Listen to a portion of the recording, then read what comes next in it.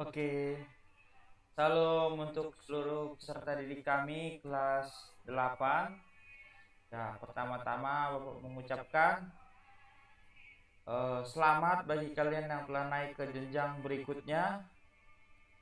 Oke, selamat. Jadi, marilah bersungguh-sungguh lagi dalam belajar. Oke, kita akan masuk ke materi pembelajaran agama Kristen bab pertama dalam semester yang pertama dari kelas kalian yang baru yaitu kelas 8. Marilah kita langsung mulai pembelajaran kita.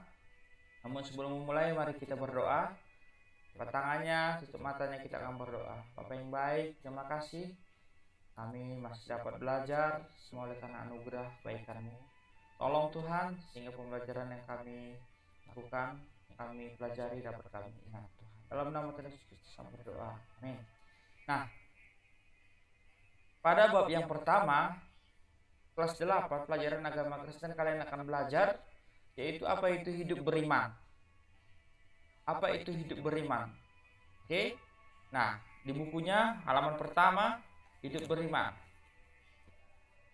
Nah, sebelum kita mulai belajar, mari kita membaca Alkitab Ibrani 11 ayat 1 dan Yakobus 2 ayat 14 sampai 17. Oke. Bapak hanya akan membaca Ibrani 11 ayat 1. Ibrani 11 ayat 1. Iman adalah dasar dari segala sesuatu yang kita harapkan dan bukti dari segala sesuatu yang tidak kita lihat. Nanti untuk Yakobus 2 ayat 14 dan 17 sampai 17 kalian bisa baca di rumah. Nah, kita lanjut. Nah, yang pertama pengantar. Pada materi kita yang pertama hidup beriman, pengantar suatu perintah kepada kita untuk hidup beriman kepada Yesus. Ya, nanti bisa kalian baca di buku kalian, perintah bagi kita untuk beriman kepada Yesus. Dan ingat, iman itu harus dipelihara.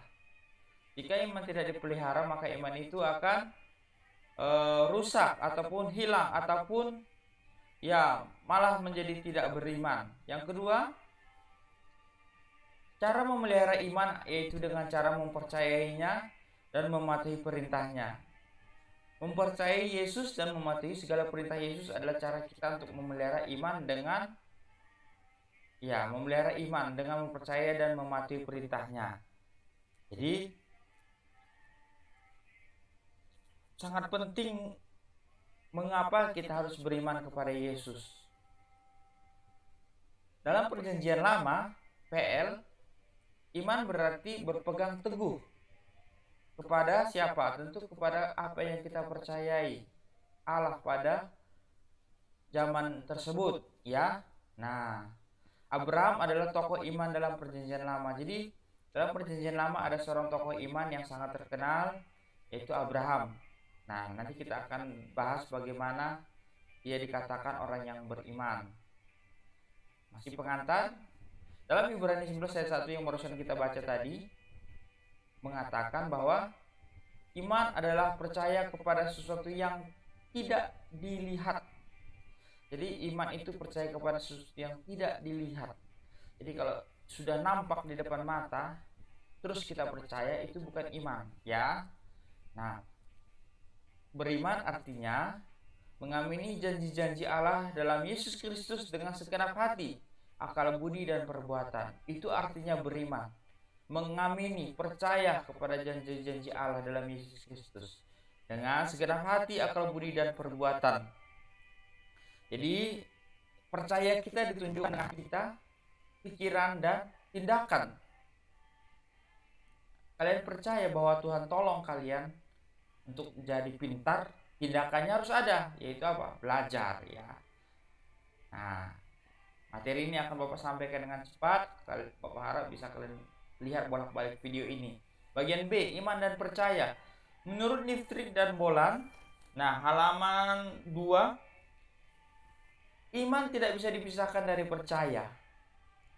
Jadi ketika kita beriman kepada Yesus, berarti kita percaya kepada Yesus akan segala sesuatu yang ia perbuat dalam hidup kita.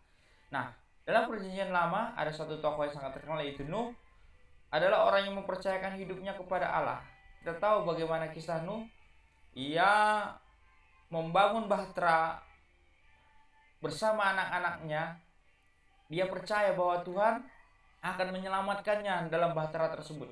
Walaupun apa yang ia kerjakan pada waktu itu sesuatu yang tidak masuk akal, tetapi ia lakukan. Kedua, Abraham. Abraham adalah orang yang percaya kepada janji Allah. Jadi Tuhan menjanjikannya ia akan mempunyai keturunan. Walaupun umurnya sudah tua, tapi dia percaya bahwa tiada yang mustahil bagi Tuhan. Dan pada perjanjian baru ada kisah perempuan Kanaan yang percaya, bagaimana ia percaya bahwa Tuhan sanggup menyembuhkan anaknya yang kerasukan. Sehingga apa yang terjadi? Mujizat pun terjadi karena ia percaya kepada Yesus. Nah, yang kedua adalah dari perjanjian baru. Seorang hamba perwira di Kapernaum. Seorang perwira percaya bahwa Yesus sanggup menyembuhkan hambanya. Nanti kisah-kisah ini bisa kalian baca dari Alkitab, nanti akan Bapak bagikan ayatnya. Selanjut, C. Implikasi bagi saya. Implikasi artinya hal yang dapat diteladani. Hal apa yang dapat kalian teladani dari kisah-kisah Nuh, Abraham, perempuan Samaria, dan seorang perwira? Nah, apa yang dapat kalian teladani? Coba pikirkan. Perhatikanlah kasus dari halaman 5 bukumu. Nah, dari halaman 5 di situ ada sebuah kasus, yaitu apakah ketika kalian mencontek buku dapat dikatakan orang yang beriman, orang yang percaya? Nah, ini nanti bisa kalian baca ya. Baca di halaman 5 bukumu, implikasi bagi saya. Oke? Nah, yang keempat, memelihara iman. 2 Timotius 4 ayat 7-8, Paulus telah memelihara imannya sampai akhir hidupnya. Jadi seperti yang Bapak sampaikan tadi, iman itu juga perlu dipelihara agar dapat bertahan sampai akhir hidup kita. Bagaimana cara memelihara iman? Tentu dengan cara setia berdoa dan membaca Alkitab. Kedua hal ini adalah cara kita untuk memelihara iman kita kepada Yesus Kristus. Oke, mari kita belajar dari tokoh Alkitab. Kisah Nuh, Abraham, Daniel, Sadrak, Mesak, dan Abednego. Ini semua bisa kalian baca di Alkitab. Mereka adalah tokoh-tokoh iman pada perjanjian lama yang telah mempercayakan hidup mereka kepada Yesus, kepada Tuhan. Nanti bisa kalian baca di Alkitab.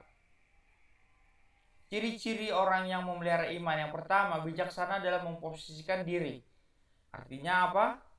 Nah, dengan kondisi-kondisi dunia yang sekarang, kita harus pintar bijak untuk memposisikan diri kita sebagai orang yang beriman. Contohnya jika teman kalian merokok, teman kalian warnet, teman kalian melakukan hal yang buruk, kalian harus bijaksana dalam memposisikan diri kalian. Kalian adalah orang yang beriman, orang yang percaya Yesus, harus berbeda. Yang kedua, tetap menghormati norma sosial. Orang yang beriman adalah orang yang menghormati norma-norma sosial. Yang ketiga, orang yang beriman adalah orang yang menerima keterbatasannya sebagai manusia.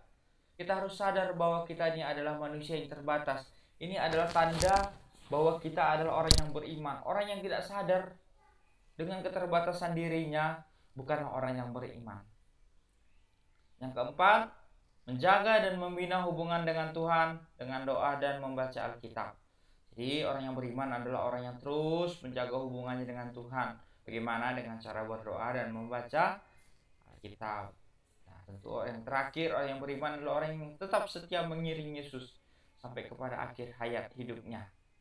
Keenam, orang yang beriman adalah orang yang menerima baik buruk kehidupan. Adalah orang yang mau menerima segala keadaan hidupannya sebagai kedaulatan Allah. Keadaan hidupnya baik atau buruk sebagai kehendak Allah yang dilaksanakan di dalam kehidupannya. Nah, ini adalah video singkat yang dapat Bapak sampaikan. Materi ini bisa kalian baca di rumah dari halaman 1 sampai halaman 9. Baca ya. Nah, sebelum menutup nanti dalam berdoa ada tugas kalian. Nah, apa tugasnya? Tugasnya adalah menulis ringkasan pelajaran yang ada dalam video ini.